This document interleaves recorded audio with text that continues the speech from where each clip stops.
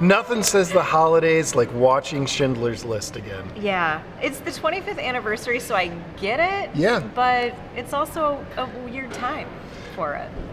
You know, I guess the anniversary is the anniversary. It probably was a holiday release 25 years ago. Right. I mean, it is arguably one of the, great films of all time. It's going to be on a top 100 list, if not higher. I totally get why they bring these back, and I'm sure people will. But it's Schindler's List. It's one of those where it's sort of like the first 30 minutes of Saving Private Ryan. Yeah. How many times are you going to sit through that thing? Just the one time, I think. Yeah. I remember I saw it at Studio 28, was on a date. Don't remember which guy it was. Real romantic guy. I know, isn't that weird? That one didn't stick. What a surprise. Yeah, Strange. Romeo. So it's that kind of weird week, in the holiday stretch here before all the big stuff comes out for Christmas. So we've got Schindler's List back to the screen. And then you've got Star is Born playing in IMAX this week. So that also makes some sense, like an amazing soundtrack. Yep. See it on the big screen, the biggest of the big screens. That's kind of fun. But then we're also, because there's not a lot of other amazing stuff coming out, every year we've been playing Polar Express. So that's playing in all of our theaters, also on IMAX, which is an amazing way to see that movie. Yep, and it's free on the regular size screen, not free on the IMAX. That's right. You got to pay a little bit for the big but IMAX it's worth screen. it. It's totally worth it. And then A Christmas Story, Yes. which is also having an anniversary of I don't know how many years. 30 maybe? Yeah. Well, that's our guess anyway. So that's what's playing pretty much everywhere, at least in our cinemas. Schindler's List wide in lots of places. Right. There's a re-release of Deadpool with some next week with some extra footage and PG-13, so it's cleaned up a little bit. Oh, so they took some stuff out, put Probably some new stuff a lot, in. yeah. Yes, right. I wonder, I bet they'll do something cool with like the dubbing of, cleaning up the language. Yes. Making it like overly obvious. Yeah, I hope so. They better be clever with it.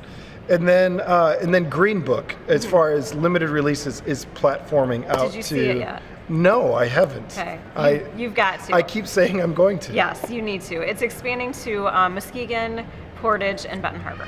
Right. So that's the way those smaller films platform out, and we're finally getting their Green Book for the holidays. Mm-hmm. So other limited release films, another way we approach that is we bundle a bunch of them together in our indie film series, which only plays, right now is only playing in Woodland. Sometimes it's in Lansing, sometimes it's in Portage as well. But we've got 4 films that open, 3 of the 4 films open this weekend and will play at Woodland for the entire month of December. And we have a really, really solid lineup this month. You are the one that cultivates these movies, and I'm wondering, were you going for a diva theme, or did it just happen? No, the stars sometimes just align when films are coming out and when we can program them. So yes, we have a dual diva theme. So and there are 2 documentaries, which is not always the case, but often the case. So the first documentary, which you're referencing, is called Maria by Collis, which is a documentary about Maria Collis, the I would say almost infamous opera star from the late 30s, 40s, into the 50s. And I didn't know anything about her story. It's, you're going to want to be an opera fan probably, or at least a music fan. To be able to appreciate it. To be able to really appreciate it. It's cool because it's all archival footage. But what you get the sense of pretty quickly is she bailed on a gig halfway through the gig in Germany and just was like, I'm not finishing this thing. And which put her career in a total tailspin. It's because her throat was sore, or she had bronchitis or something like that, or so she said after the show started. It's the real deal. I got bronchitis right now. Yeah. It's the real deal. Well, then don't book a gig in Germany. So anyway, she became sort of infamous for that and just being a diva. Okay. So it's about that. It's her story. And you mentioned too, she was married to Onassis, right? Also married to the Onassis that Jackie Kennedy / Onassis was married to. So it's very TMZ from the 50s kind of stuff. So I was scandalous and interesting. The other diva you're referring to is played by Natalie Portman in the film Vox Lux, which comes out on the 14th. So not Friday, but the next Friday. And it is about her as a, so the story is she is in a school classroom when a school shooting happens, and she then sings a song that she writes at a wake, essentially, or a memorial service. Okay. Which then catapults her into being like a child, like kind of young pop star. And then it follows her through. The trailer's confusing because the girl who plays her as a kid and the girl who plays her daughter is the same person. Okay, that's so, interesting. but it's this sort of like kind of dark look on the life of a pop star in just the sheer chaos and sort of how art and fame is often tied to tragedy in people's pasts, and those things weave together. It's really pretty awesome. Natalie Portman seems perfectly cast for that sort of role. I think she pulls that stuff off just wonderfully. Yeah, she has like a beauty and a torment that is always there, and that is definitely this character. So that's Vox Lux. That's a week from Friday.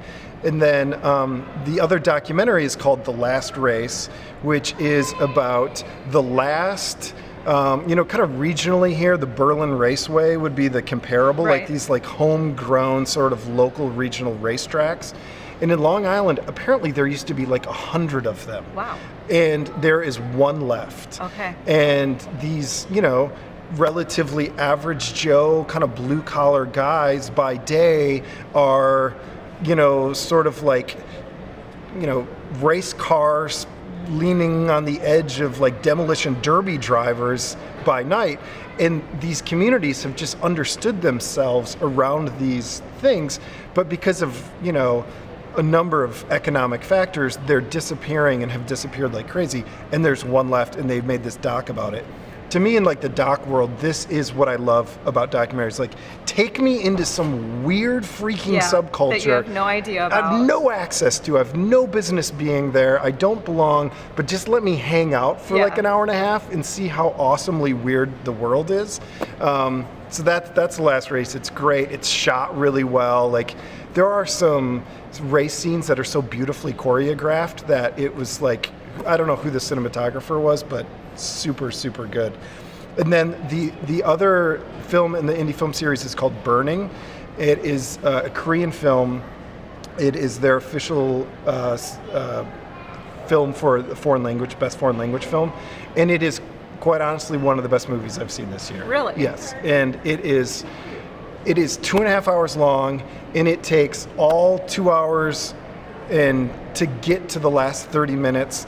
And if you are willing to let this thing do its work for the first couple hours, it's basically this sort of kind of love triangle kind of movie with these three younger people. And it really follows this one guy, but it is haunting, it is mysterious, and even like when the credits roll, like you're sitting there going, I now need to watch this entire thing over again. Like, it might have felt long up to that point, but I almost immediately want to start watching it over again. So it's, again, like from a cinematography standpoint, it is gorgeous. It is super mysterious what's going on. Like, the whole time you're feeling like, where the heck is this thing going? Is this thing going anywhere? And it really doesn't get there until the last 20 minutes. Okay. So it's definitely worth hanging in for Burning. So that, all right, I'm those really will, intrigued. Those will play all month, but they will be gone no matter what at the end of December. So those are those films. So they'll leave in December. Let's talk about quickly what's leaving now. Yes. Couple films. Venom is finally on the way out. That had a great run. Yeah. A Star is Born, you've got your last chance to see it in IMAX or probably just to see it on any screen. And then the boys are leaving. Beautiful Boy and Boy Erased. Yes, both of the boys getting kicked out. Smaller release, but they're on the way out. Okay, so one thing, what you gonna see? I was gonna say A Star is Born in the IMAX because I haven't seen it yet and I've really wanted to. You haven't? No. I know how much I'm going to cry, and it came out at a time when I was doing so much crying. I couldn't take any more. Oh, that's such a surprise. I couldn't take any more emotion, right. So I needed to put a pause on that. Yeah. But after hearing you talk about Burning, I don't know, I'm waffling. I want to have two things instead of one. Well, those are two good choices. I think for me, if I'm gonna rewatch, I want to rewatch Vox Lux. It's been a little while since I've seen it, and it was such a interesting, weird ride. Like, I would love to see it again. But if I'm going to see something I haven't seen yet, I actually think I might go for Boy Race. I haven't seen it yet, especially if it's on its way out. Yep. It'll likely go over to Woodland for a little while, but I need to catch up with that. There was so much of those sort of kind of heavy movies like that that I think it's easy to fatigue, but that looked like a great film to me, so I got to check that one out. Cool. Cool.